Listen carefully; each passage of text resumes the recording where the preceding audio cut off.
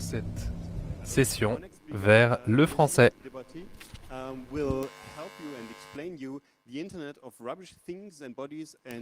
Dans cette session, on va vous parler de l'Internet euh, des Internet of Rubbish Things.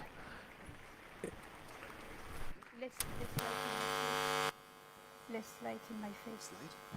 Light.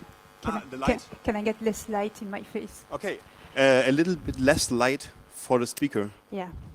Hello, good evening everyone. Bonjour à tous.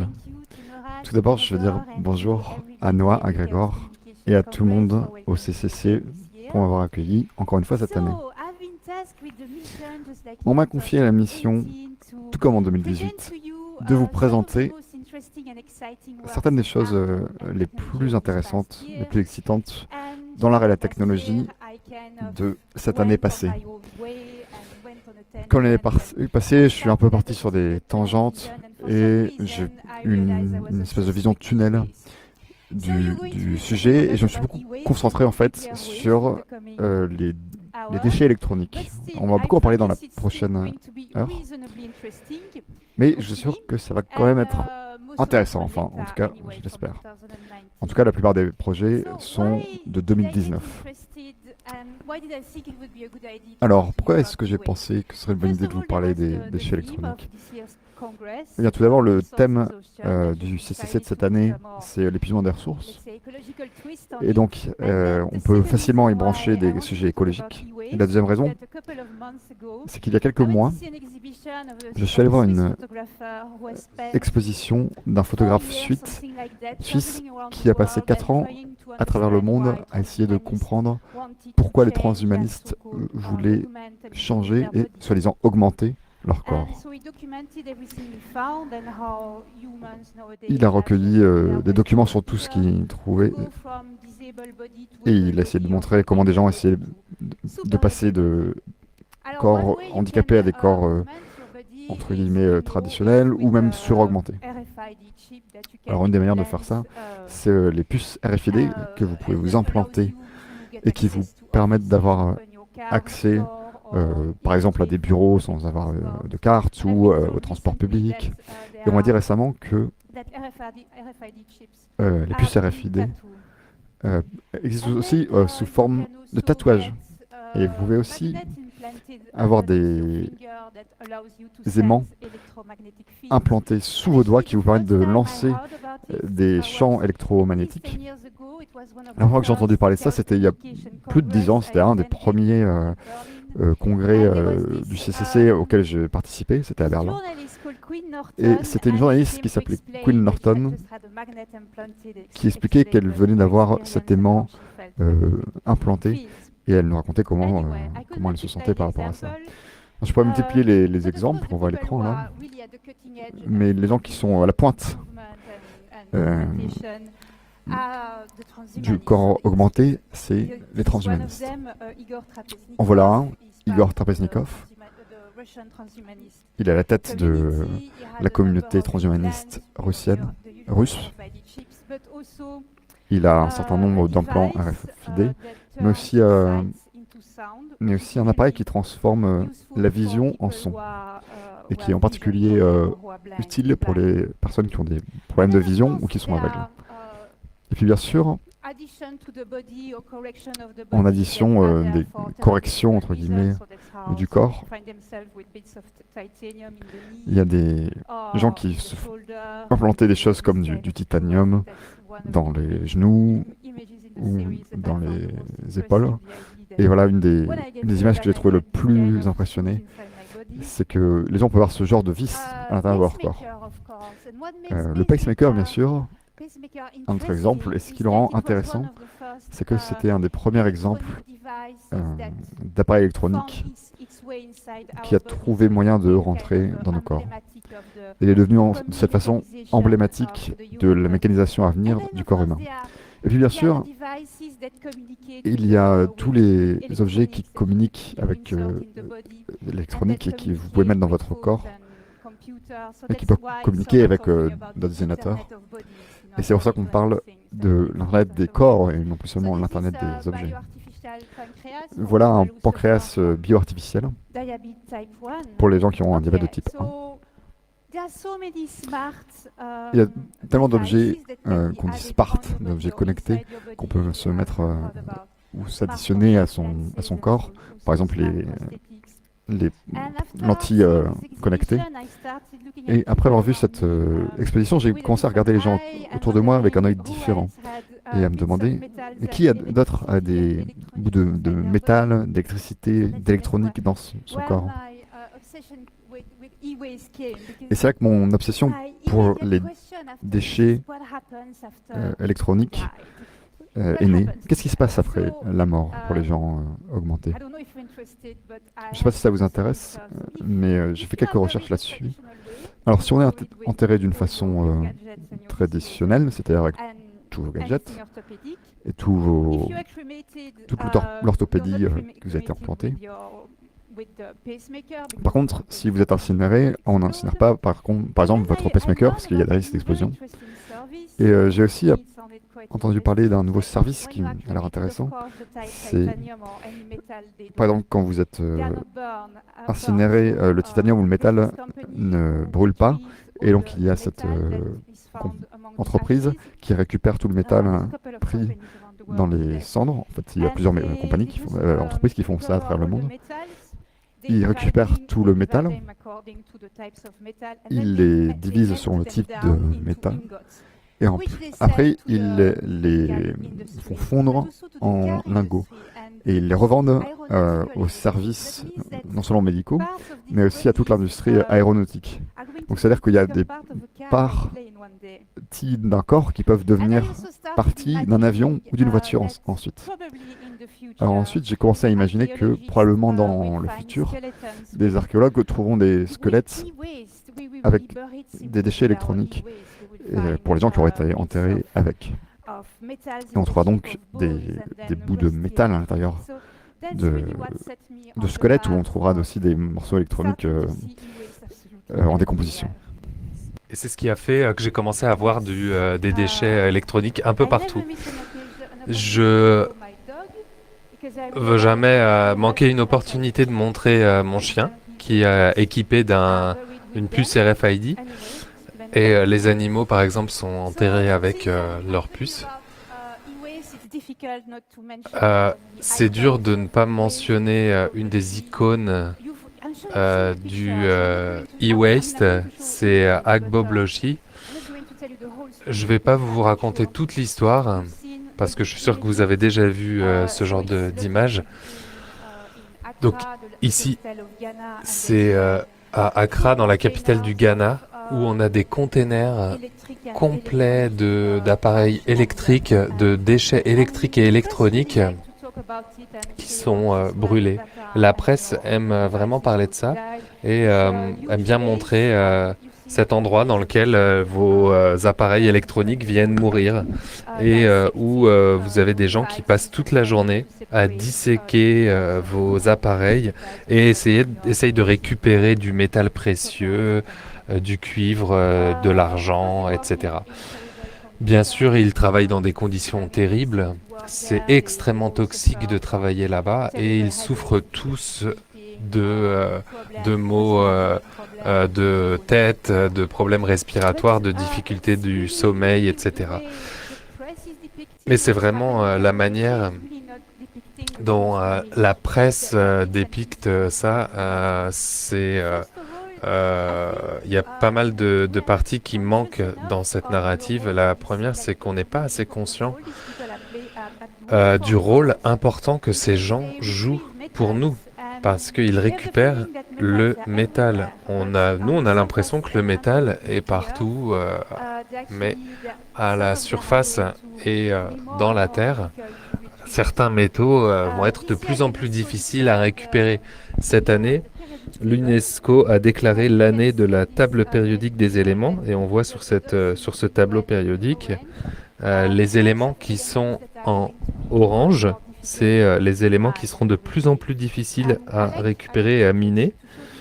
J'aime bien vous montrer ce graphe, c'est assez vieux, c'est pas très précis, Mais ça vous montre les trends.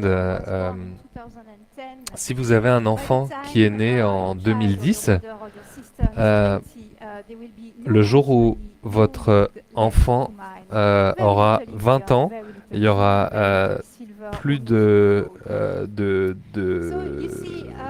presque plus d'or, de zinc et d'autres métaux qu'on peut miner. Donc, bien sûr, il y a d'autres méthodes, comme le projet de faire des mines très profondément dans l'espace ou miner dans l'espace, mais c'est des projets très coûteux pour récupérer les métaux précieux. Et on a un angle mort qu'on oublie au niveau du métal. Quand on pense aux challenges environnementaux, on parle de l'énergie. C'est important l'énergie, mais quand on pense aux énergies renouvelables, on se dit oui, zéro émission, mais on a un impact gigantesque sur l'environnement. Et j'aime bien parler de ces centrales thermosolaires comme celle-ci qui est très connue en Californie du Sud. Comme vous voyez, c'est très vaste. Et quand ça a été construit, les biologistes de la biodiversité ont été très préoccupés par le fait que ça a été construit dans des habitats où certaines espèces animales, comme des tortues, ont dû être déplacées pour être relogées ailleurs. Des oiseaux meurent par milliers tous les ans à cause des radiations et de la chaleur dégagée par la centrale. Et quand on voit la surface utilisée par cette centrale, c'est vraiment énorme. Et je pense que c'est pas un hasard si l'ouverture de Blade Runner 2049 commence avec cet environnement sans fin de centrales thermosolaires pour alimenter la population. Donc, comme je disais, je pense qu'on ne se rend pas compte de l'importance des matériaux et le nombre de composants extraits de la Terre qui sont dans tous les objets qui sont autour de nous. Donc je vais vous montrer quelques exemples de design et de travail d'art qui essayent de nous sensibiliser sur les éléments qui sont à l'intérieur de nos appareils électroniques ou électriques. Le premier, c'est par ce designer du studio Drift, où ils ont une série où ils décomposent un certain nombre d'objets. Je vais vous en montrer quelques-uns. Ça peut être des vélos, des téléphones portables. Dans cet exemple, c'est un iPhone de 2010. Ça peut être des aspirateurs, etc. Je vais vous montrer quelques exemples. Donc, ils les dissèquent et ils analysent les éléments qui les composent. Et ils restituent ces éléments en forme géométrique. Je vais vous en montrer quelques-uns. Ici, l'iPhone. Ceci est un vieux Nokia 3210 de 1999. Quand on les voit dans l'exposition, c'est vraiment tout petit et certains éléments sont peut-être pas représentés ou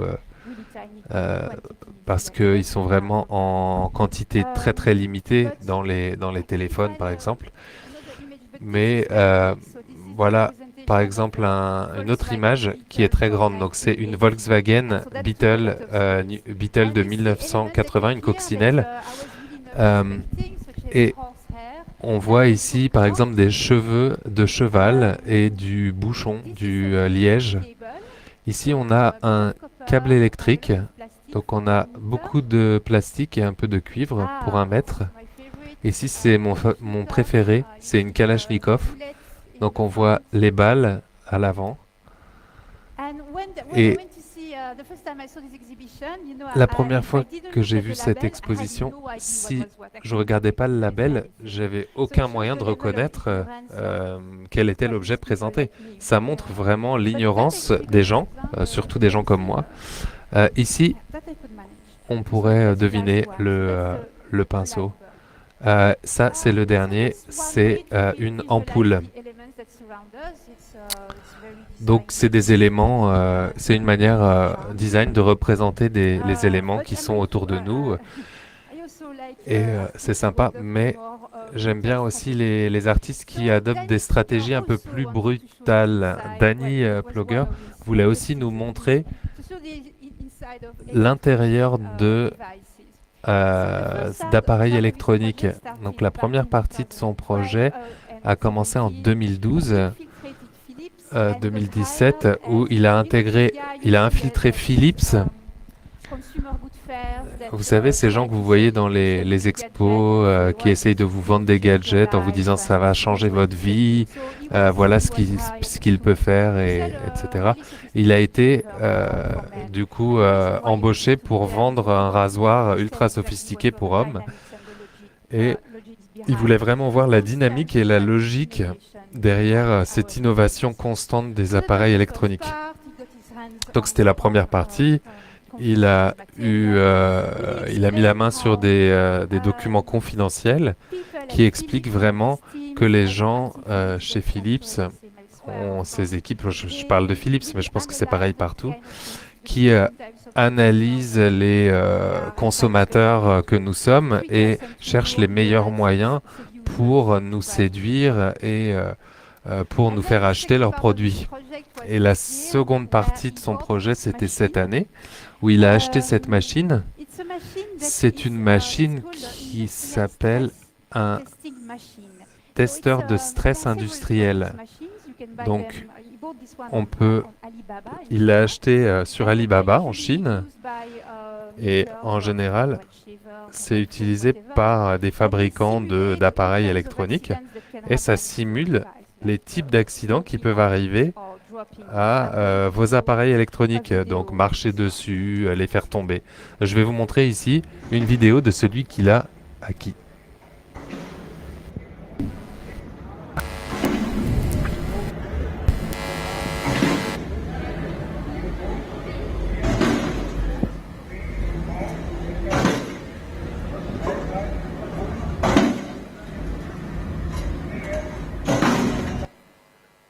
So that's our poor shaver inside. Ouais, c'est notre pauvre rasoir à l'intérieur. Et c'est une machine qui a un côté un petit peu vintage, même si les objets à l'intérieur sont très sophistiqués. Très 21e siècle, quand vous voyez le panneau de contrôle, on a encore l'impression d'être au milieu du 20e siècle. Ça a ce côté vieux design. Apparemment, c'était un cauchemar de se le faire livrer en Europe. Ça a coûté plus cher la livraison que la machine elle-même. Si, comme moi, vous pourriez regarder cette vidéo pour des heures et regarder des objets se faire casser, et que vous habitez à Leipzig, cette machine va être exposée dans une exposition qui s'appelle Zero Waste, zéro déchet. Alors la raison pourquoi il montre la destruction de cet objet, eh bien, il y a deux raisons. Premièrement,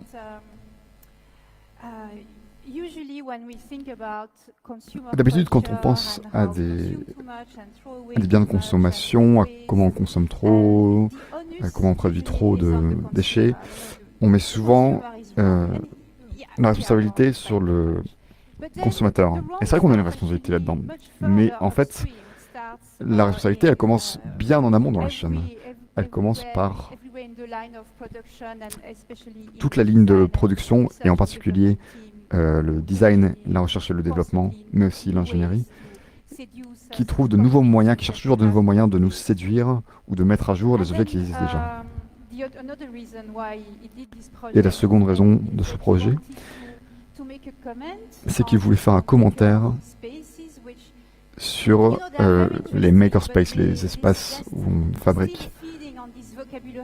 C'est des espaces intéressants, mais qui sont toujours branchés sur cette idéologie d'entrepreneuriat, de production, et qui ne remettent pas en cause de façon systémique le consumérisme. Il a donc pris ce laboratoire comme une façon de défaire les choses. Et aussi, c'est intéressant parce qu'on voit ce qu'il y a à l'intérieur de l'électronique. J'aimerais revenir un petit peu à Ogbogloshi, parce que là, c'est des gens qui savent très bien de quoi sont faits notre électronique. Quand on pense à ce genre d'endroit, Agbogloshi est un exemple, mais vous savez, il y en a d'autres dans le monde, en particulier en Afrique, aussi en Asie. On a l'impression que c'est une grosse déchetterie, une espèce de masse énorme. Il fait noir ou c'est sale. Mais en fait, l'architecte et activiste qui a passé beaucoup de temps là-bas et qui a fait cette carte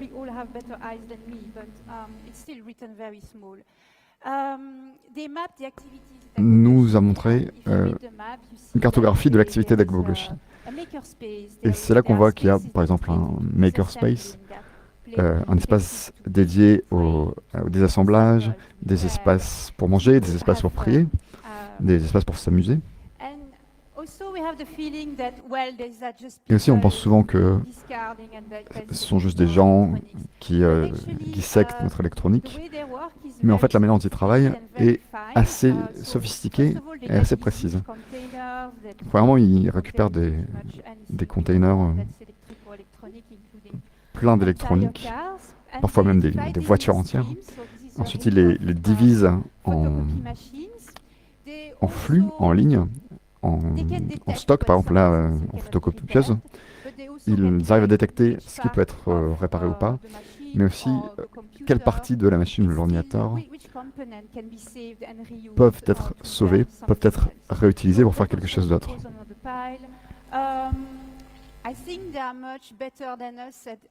Ils sont bien plus forts que nous, je pense, à différencier les différentes sortes de plastique. Ils ont des endroits dédiés à attendre le type de métal qui les intéresse. Je dirais qu'ils sont un peu comme vous, mais en tout cas pas comme moi qui, quand j'ai un ordinateur qui ne marche pas, c'est comme une boîte noire, je ne sais pas ce qui se passe à l'intérieur, mais eux ils savent très bien ouvrir un ordinateur. Beaucoup d'entre eux savent réparer et donner une seconde vie à ces objets. Et ça c'est important, vous savez, parce qu'on pense souvent que tous les objets qui arrivent là sont morts. En fait non, la plupart ils leur donnent une seconde vie, ils les réparent, puis ils les vendent à des communautés autour, en Guinée ou dans des pays autour. Au Ghana, pardon. Et ensuite, comme vous pouvez voir sur cette photo, ils ont des endroits aussi où ils peuvent s'amuser.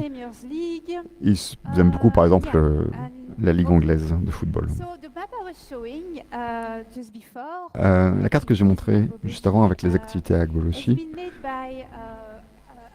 a été faite par l'architecte Deke Osewasare et Yasmine Abbas, qui ont passé beaucoup de temps à comprendre comment fonctionnait cette communauté. Et ils ont créé ce kiosque avec des choses qu'ils ont trouvées sur place.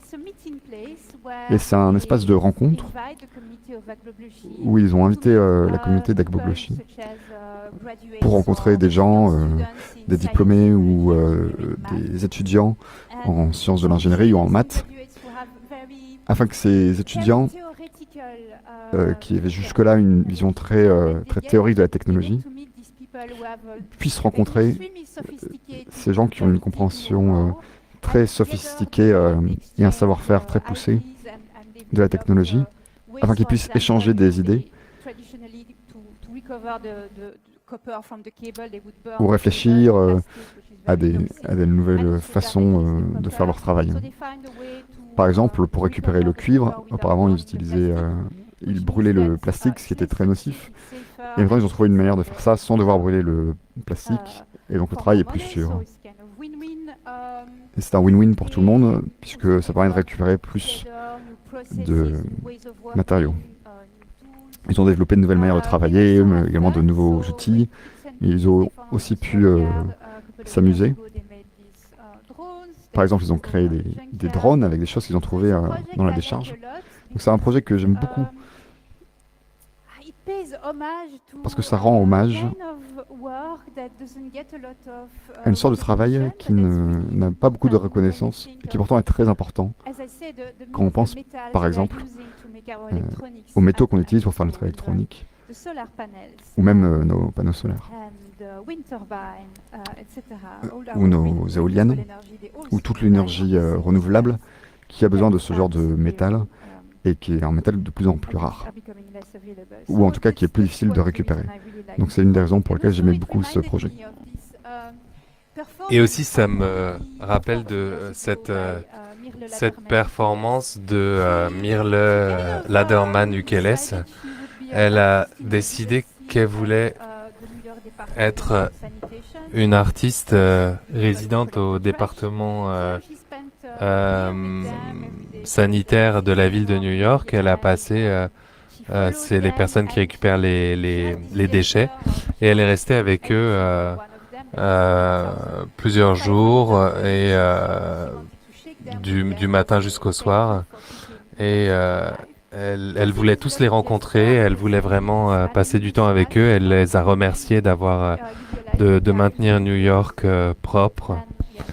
Et elle a documenté tout ça, elle a parlé avec eux, elle s'est intéressée à eux. Et c'est vraiment un moyen de porter l'attention sur une profession qui est très dévaluée. Et, elle voulait vraiment faire réaliser aux gens que le travail de ces personnes-là est aussi important au moins que le sien comme artiste par rapport à leur engagement dans la société collective.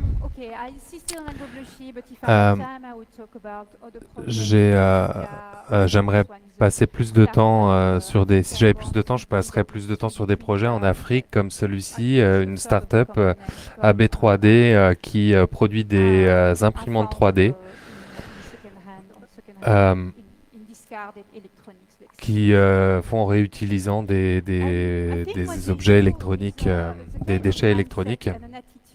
Je pense que c'est vraiment un mindset qui doit nous inspirer. J'aimerais vous montrer d'autres exemples de cette attitude. Ce qui est vraiment important, c'est essayer vraiment de faire un maximum avec ce que vous avez déjà, plutôt que de passer sur le prochain gadget. Essayer d'être créatif et innovatif. Par exemple, ici en Inde, on a Jugad. C'est une innovation frugale, comme on peut le traduire. C'est une personne qui n'avait qu'une moto et qui avait besoin d'une semeuse pour son champ. Et il a du coup transformé sa moto en semeuse. Et nous avons perdu l'audio. Donc, nous faisons une petite pause dans la traduction, le temps de récupérer l'audio.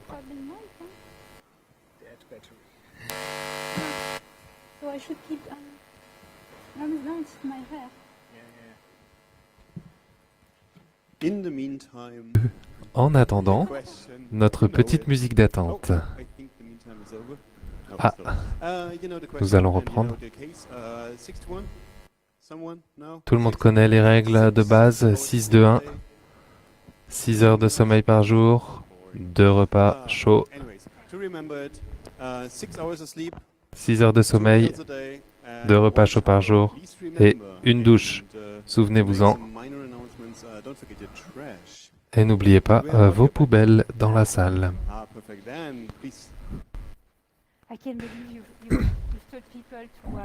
J'imagine, j'arrive pas à croire que vous venez de demander aux gens de se laver. Et donc c'est vraiment répondre à un besoin plutôt que de consommer. Donc des fois c'est la réponse à un problème très précis et parfois on peut scaler, par exemple ici un inventeur indien a créé un frigo, un réfrigérateur qui n'utilise pas d'électricité mais qui utilise la pression et l'humidité de l'air.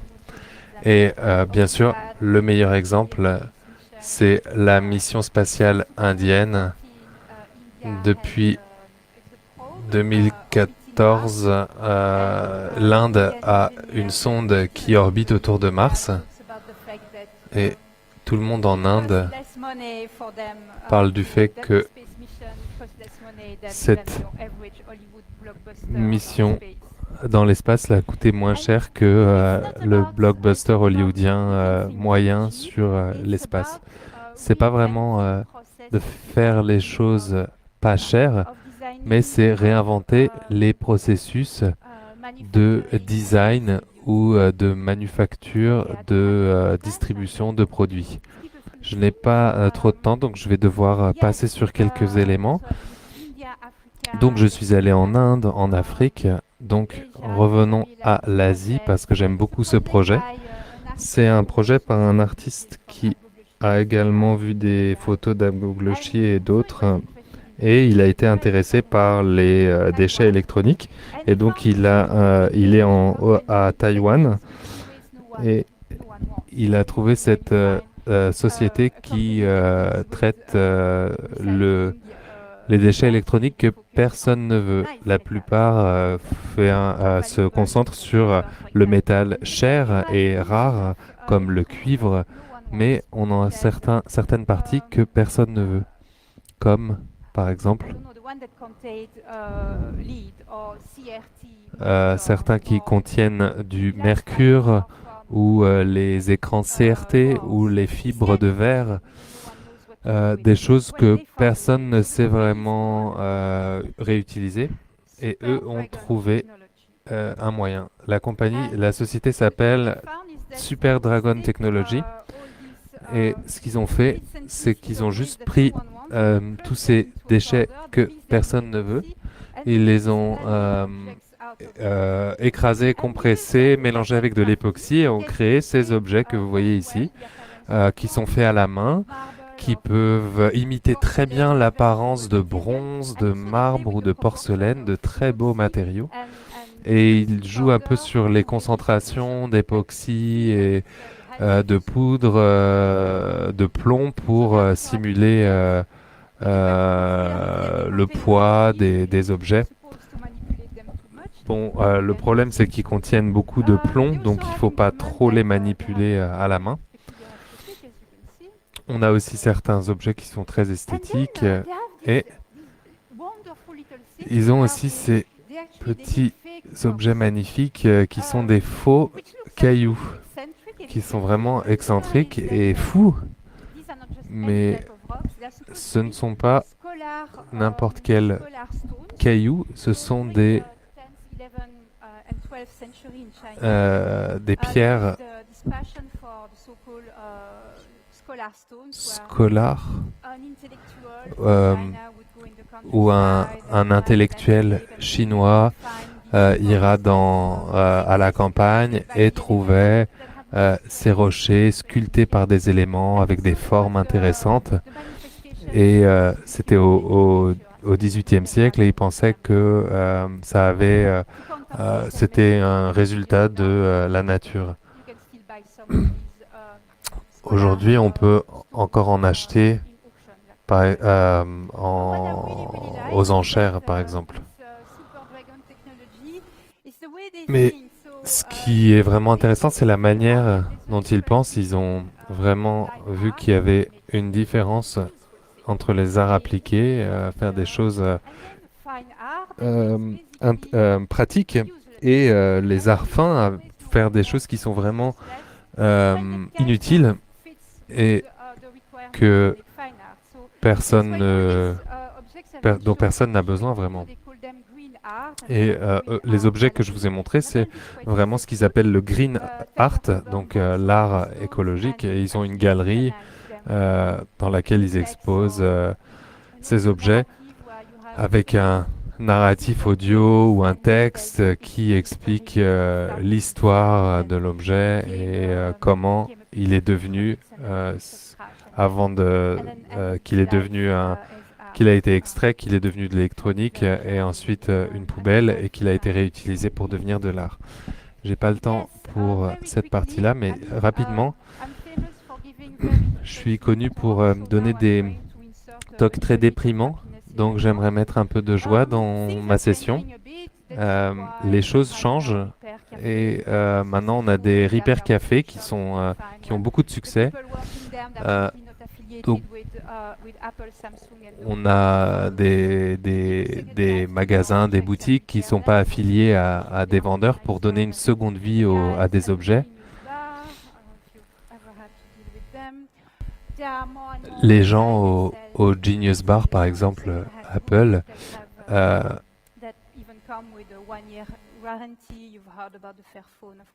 vous avez entendu parler du Fairphone, bien sûr.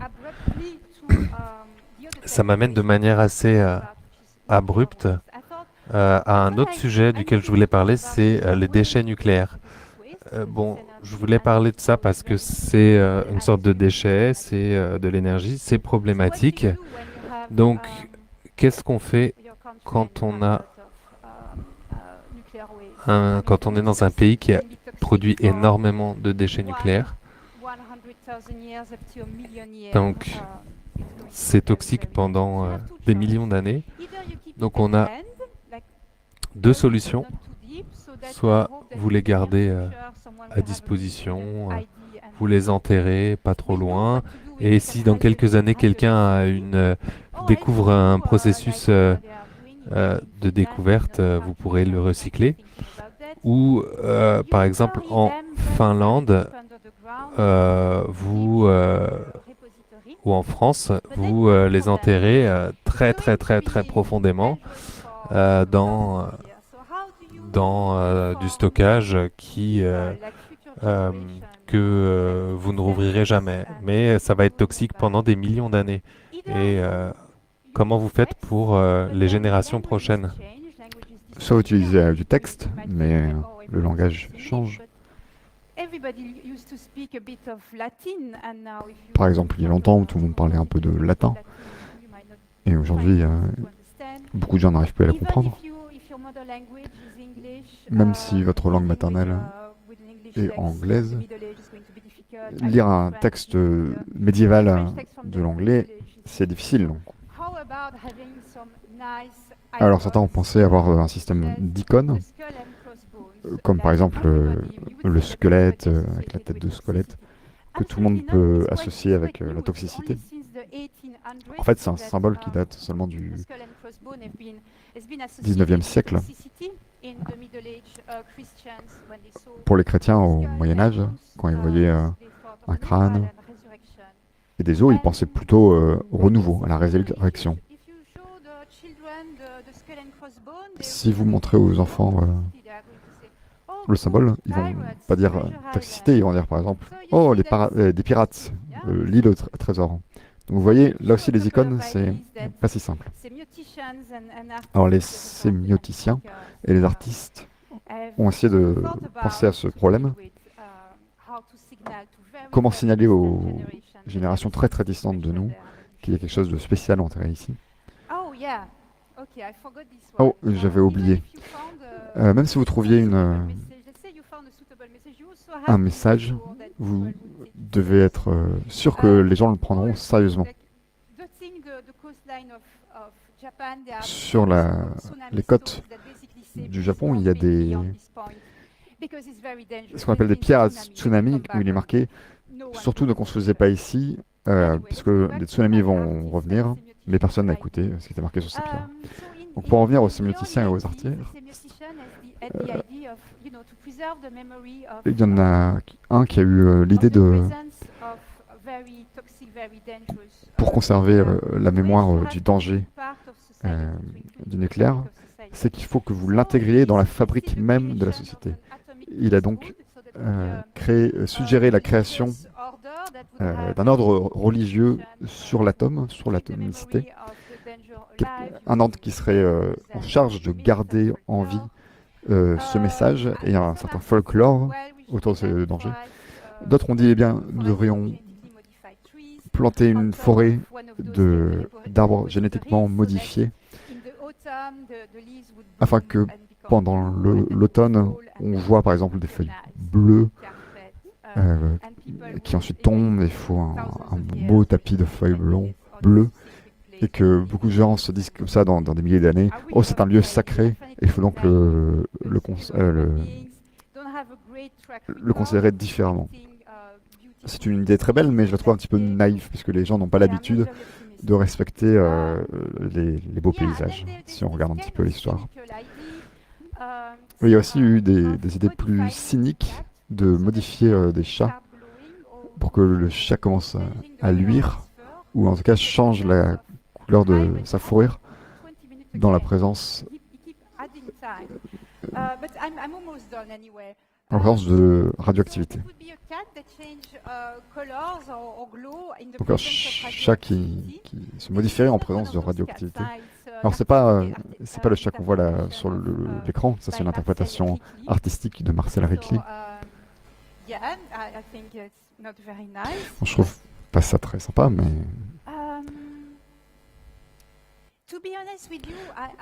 pour être honnête, j'aime bien toutes ces idées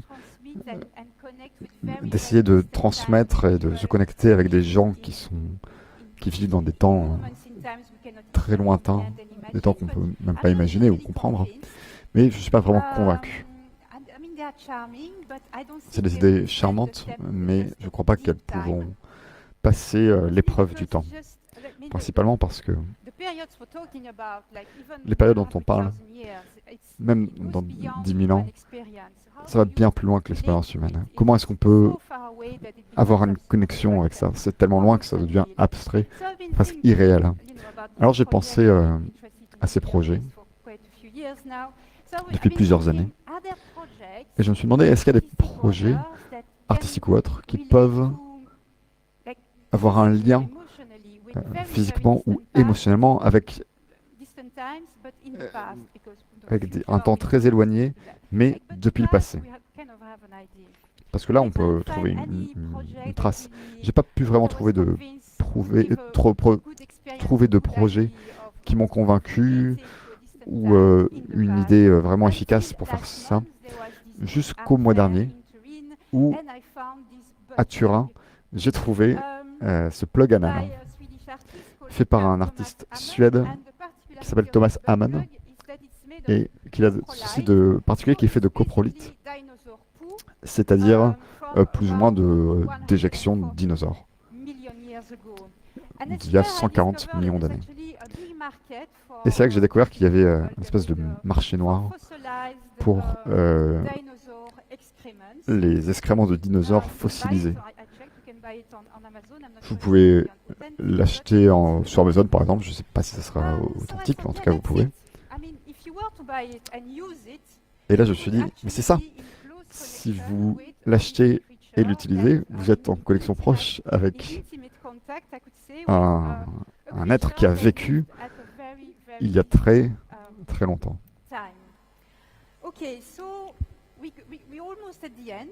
Bon, on arrive presque à la fin. J'ai 3 lignes de conclusion que je vais vous lire. Mais après, je vais vous montrer un film. Et ma conclusion est la suivante. Tout ça est très intellectuellement stimulant, mais il est important que l'on garde à l'esprit que l'énergie est renouvelable, par exemple, qui est un sujet qui nous passionne, est très souvent vu comme une solution à long terme, mais malheureusement, l'énergie renouvelable se fonde sur des matériaux qui, eux, ne sont pas renouvelables. Et donc, on est en train de se préoccuper d'un futur dans quelques décennies, mais à l'époque où la société n'était pas encore occupée de la crise climatique ou de la disparition du vivant, on n'a pas pu prendre en compte ces éléments. Donc bref, j'ai parlé du futur et j'aimerais bien finir avec un court-métrage qui se passe dans le futur d'Alexandra Lupashko, qui est un jeune cinéaste russe. Je voulais vraiment le montrer pour plusieurs raisons. L'une d'entre elles, c'est que quand on m'a appris que j'allais revenir au congrès, ma première pensée c'était oui, je vais pouvoir montrer 2050 parce que je suis vraiment amoureuse de ce film. Et la deuxième raison, c'est que je voulais pas finir ma présentation sur la photo d'un plug anal.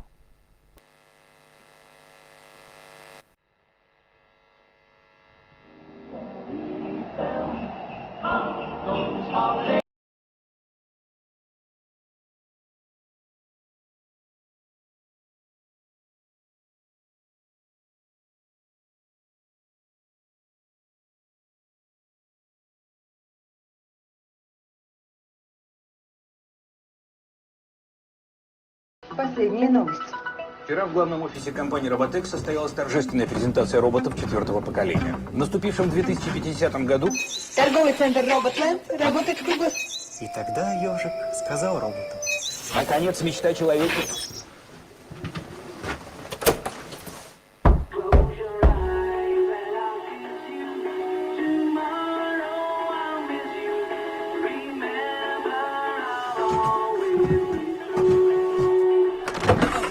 Здравствуйте.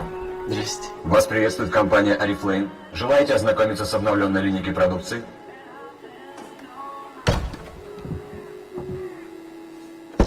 Мы рады, что вы заинтересованы.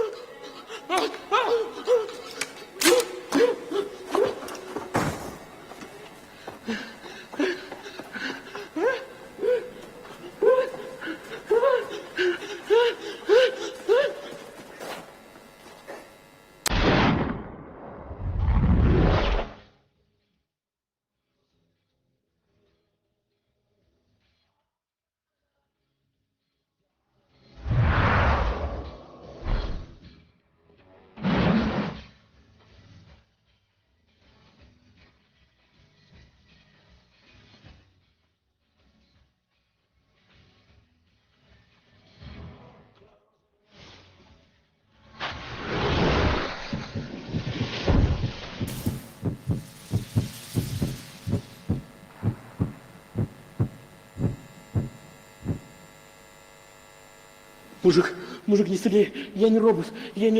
Вот, сопли, в глаза посмотри, я не робот. А вдруг ты 4-го поколения? Нет, я человек. Точно не робот? Нет.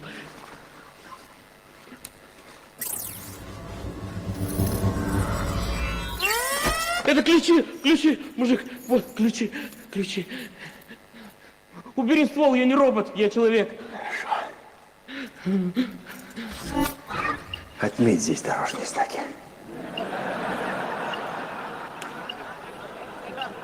Кожаный ублюдок.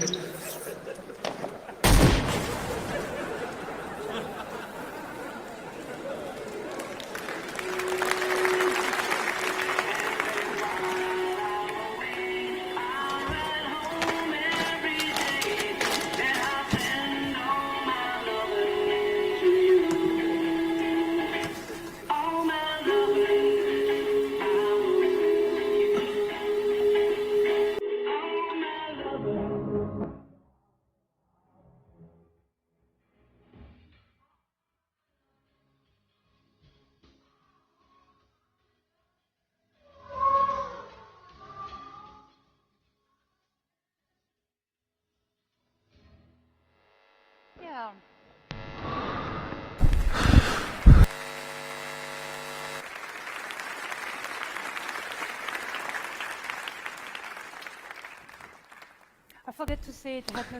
J'ai oublié de dire que ça avait rien à voir avec les déchets, mais c'était irrésistible. Il fallait que je vous le montre. Voilà, c'est tout pour moi. Sauf si vous avez des questions. Thank you very much. Merci beaucoup, Régine Dubetti. As usual, if you have Donc, comme d'habitude, si vous avez des questions, nous avons des micros ici please et send des them micros live, là. And of course we have questions from the internet. Commençons par Internet. In the meantime, small thing. If you want to know about En attendant, si vous voulez lire plus de choses sur Régine, vous pouvez aller sur le site web wemakemoneyNotArt.com, qui est un titre intéressant. Je pense que ça fait au moins 16 ans que je parle de manière dont les artistes font de l'art social, donc c'est plutôt politique, oui. Ce qui est très approprié pour cet événement. Pas de questions? Ok. No. In this case, I heard an no question. In this case, we can chat a little bit Donc, more about your website. on peut parler un peu plus de ton site internet, si tu veux. I'm pretty Je sure pense it pas does. que ça intéresserait les gens aussi. And it was pretty impressive. Ouais, si, j'ai regardé un peu et je trouve que c'est assez impressionnant. Vous parlez de l'intelligence artificielle et c'est pas mal. Mais c'est vrai que je voulais vraiment pas trop parler d'intelligence artificielle cette année, à part bon le film, mais mon blog couvre pas mal d'informations sur l'intelligence artificielle. Oui. La dernière information que j'ai eue, c'était sur le talk juste avant. Donc, dans ce cas-là, merci beaucoup et applaudissez. Et merci.